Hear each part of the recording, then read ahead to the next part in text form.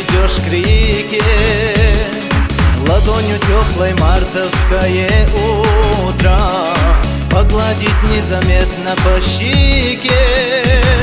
Здесь ни при чем ни макияж, ни мода, и говорю сегодня не тая, все лучшее тебе дала природа, красавица чеченская моя.